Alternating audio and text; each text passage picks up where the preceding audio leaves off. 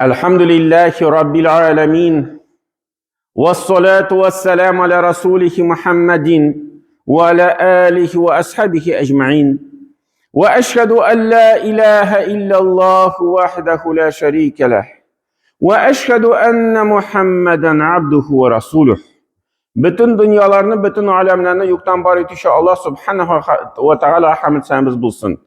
İki dünyaya rahmet bulmuş gelmiş Peygamberimiz sallallahu aleyhi ve sellem'e gönül tüleben şakan savaş şehitlerimiz erişsin. Hem bu izgi cumğa günlerinde cumğa namazlarına jilgan barşa din kardeşler bizge Allah'tan rahmetleri bulsun. Cemaat Allah Teala bizge şunday mümkünçilikler birdi. Mine bizning meşitlerimiz var. Meşitler tizilip tura, açılıp tura. Hem indi meşit bu Allah Teala'nın yurtu. Hem biz mında konaklar bulup turabız bu meşitte. Hem indi cemaat mine meşitte bulu, meşitni yaratu, meşitni kaygırtu, üzine bir gıybedet bulup tura. Üzine bir anın için ecil sahipler var. Hem Peygamberimiz sallallahu aleyhi ve sellem bir hadisinde şunday sözü var. 7 türlü kişi kıyamet gününde kulegeli uğrunda Allah'tan kulegesinde bulur. Hem ul günde bütün bir nidi kulege bulmaz dey. 7 türlü kişi. Şunun birisi nindi dedi? Raculun kalbuhu mughallakun fil mesacid.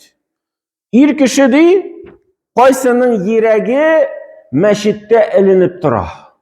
Meşitte değil, meşitlerde. Meşitlerde elinip dura. Yüreği elinip dura diyen söz nindi manada? Kişi her vakitte tigi meşitte bulası kile. Meşitke kirgeç, onun yüreği tınışlanıp gite. Meşitte uzun şundi bir tınışlıkta, bir iminlikte sizip dura meşit işinde. Mine şundi kişi dereceye jitse, onun di mine kıyamet günde şundi derecesi bulur. Kulegeli uğrunda bulur. Andi 7 türlüğüne kişi bula. Şunun bir türü mine şundi kişiler. Hem Allah Teala andi kişiler bilen ferişler aldığında maqtanıp dura iken. Hem ferişlerge eyte, qarağız di minim kıllarıma. Onlar di özlerinin farizlarını ötediler. Hem de hazır ikinci farizini kütüp duralar di. İkinci farizini kütüp duralar. Hem bundan bir hadiste Peygamberimiz sallallahu aleyhi ve sellem şulay deydi, sahabeler yanına çıkıptı da, Allah sahabeler meşitte oturup duralar idi. Şuların yanına çıktı da etti, sizge eytim mi de şundi eybirini, şundi işini, kaysı günahlarını, hatalarını sirtip dura, hem dereceni küterip dura. Haber ettim mi sizge şundi işini deyip soradı Peygamberimiz sallallahu aleyhi ve sellem. Şunda sahabeler nese deyip ettiler, bela ya Resulullah, elbette eyt. Bizning bilasimiz kile, bizge haber it. Ham shunda Peygamberimiz sallallohu alayhi vasallam aytdi, tahoratni bir nindi og'irlikka qaramasdan olu deydi. Birinchi ish, tahoratni bir nindi og'irlikka qaramasdan olu. Nindi og'irlik bo'lirga mumkin, salqin masalan, salqin o'rinda tahorat olu. Og'ir olirga, lekin kishi ayta, yo'q, Allohning rizoligi uchun baribir tahoratni olam. Yoki masalan kişinin bir anda tenin bir ilişi ağırtıp dura. Ayaklarını ağır yoğurga mesela taharet vakitinde. Lakin kişi ayta yok, ağırtsa da baribir tırışan, baribir yuvan deyip aytsa, mine ul şundi iş kişinin günahların, hataların sırtı hem onun derecesini kütere. İkinci iş Peygamberimiz sallallahu aleyhi ve sellem deydi, meşit yağına küp adımlar atlav. Meşit yağına küp adımlar atlav. Ayrım bir ul gıybedet işi. Mine biz meşitke kilebiz, kübüsünçe maşinada kilebiz. Ayında mine tuktali, min bugün meşitke jevgine barayım hele. Mine bugün mesela yalkını, işke aşığası yok. Tuktali maşina tırıp dursun yanında, min şu adımlarını jevgine barayım hele. Yoki masalan mashina bilan kelganda mashinani biraz yiroqroq qoldiraym hali, bir 200-300 metr qolsin hali menga kelib yetirga masjidga. Adımlarım ko'proq bo'lsin. Ham Peygamberimiz ona ayrim bir g'ibadat, ayrim bir ish ettirib ishga oldi. Masjid yog'ina ko'p adımlarını ko'paytu. Ham uchinchi ish Payg'ambarimiz sollallohu alayhi vasallam deydi, bir namazdan so'ng ikkinchi namozni ketib turu va zalika ribat ham bu di Alloh taolo yo'lida soqchi bo'lib turdi. Alloh taolo yo'lida soqchi bo'lib turu. Ana shunday darajasi. Agarda kishi mana shulay masjidda bir namoz bitgach ikkinchi namozni ketib turu. Mana bu hadislarni jamoat begrakda mana bu kunlarda bizga o'targa yengil. Alloh taolo bizni shunday o'ringa o'rnashtirdi. Bizning kunlar qisqa, tunlar uzun. Hamına şul ile bilen ikindi arasında qisqagina vaqt, ikindi bilen akşam arasında qisqagina vaqt. Mana biz bu hadislarni kullana alabız. İleni okuyubuz da, anları tuktali ikindiga ko'p qalmadı. Anda şunday kunlar buldu. Anda mesela 50 minut qala, 45 minut qala. Men bu şul vaqtni mında masjiddagina o'tirib Qur'on o'qib turayman. İkindini şulay cemaat bilen birga o'qiyman deb kishi aytsa, mana şul Alloh taolaning yo'lida soqchi bo'lgan kibik sanalib yazılib qo'ya Alloh taolo qarshında. Shunday darajaga erisha.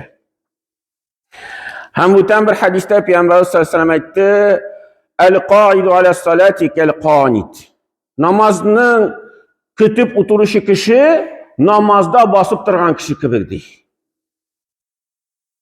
Ul namozni kutib tura, Alloh taolo qarshında namozni o'qigan kishi kibik yazılib tura.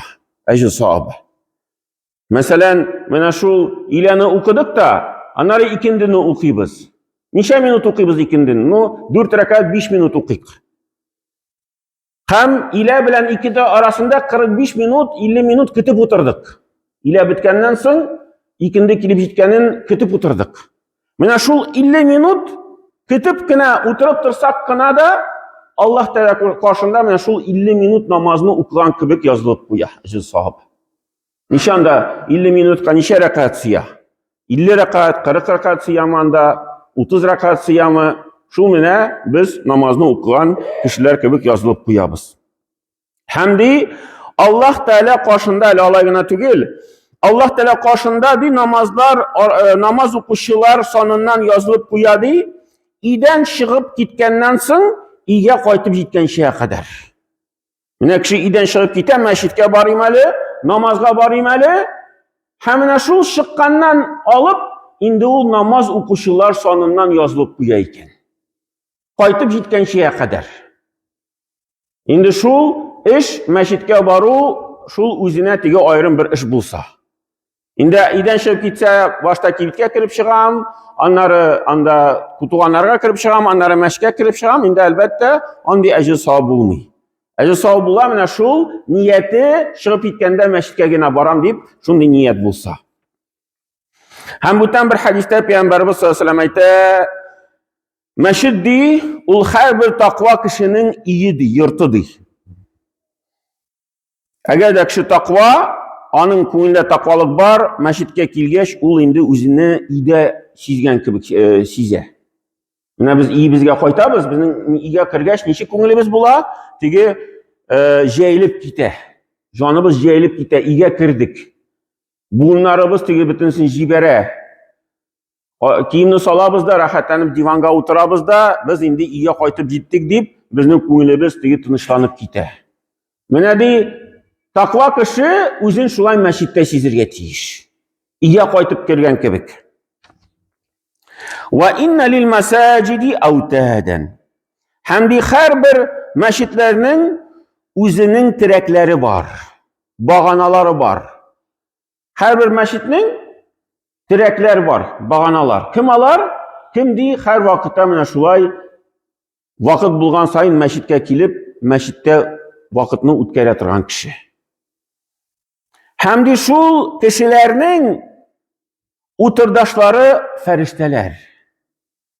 Buna kishi kelayken her vaqtda masjidga munda o'tirib tura, namozlarni ketib, namoz vaqt kelgan shay tarak kelib o'tira, Qur'on o'qib o'tirmali. Namoz bitgandan so'ng tam bir necha vaqt o'tirib tura, Qur'on o'qib olmali deb mana shulay turmushi boratigi masjid bilan baylangan vaqtda. Hamdi Allohning o'tirdaşları farishtalar. Eğer dedi şunday kişiler yugalıp kalsalar, yeftekidûnehum. Ferişteler onu izley başlayırlar. Yugaltalar, koya tiki kişi. Koya yugaldı, nese buldum iken deyip, onu di ferişteler izley başlayırlar.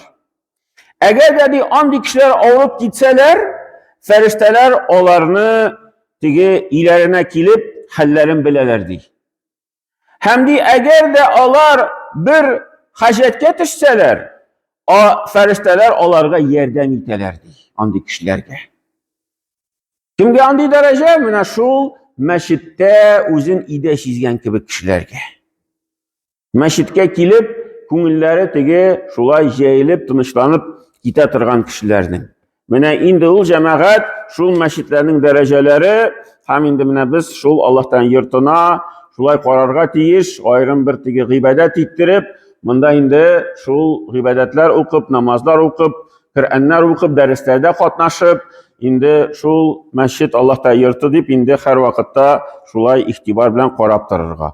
بارك الله لنا ولكم في القرآن العظيم نفعنا وإياكم بالآيات والذكر الحكيم إنه هو جواد الكريم وسميع الدعاء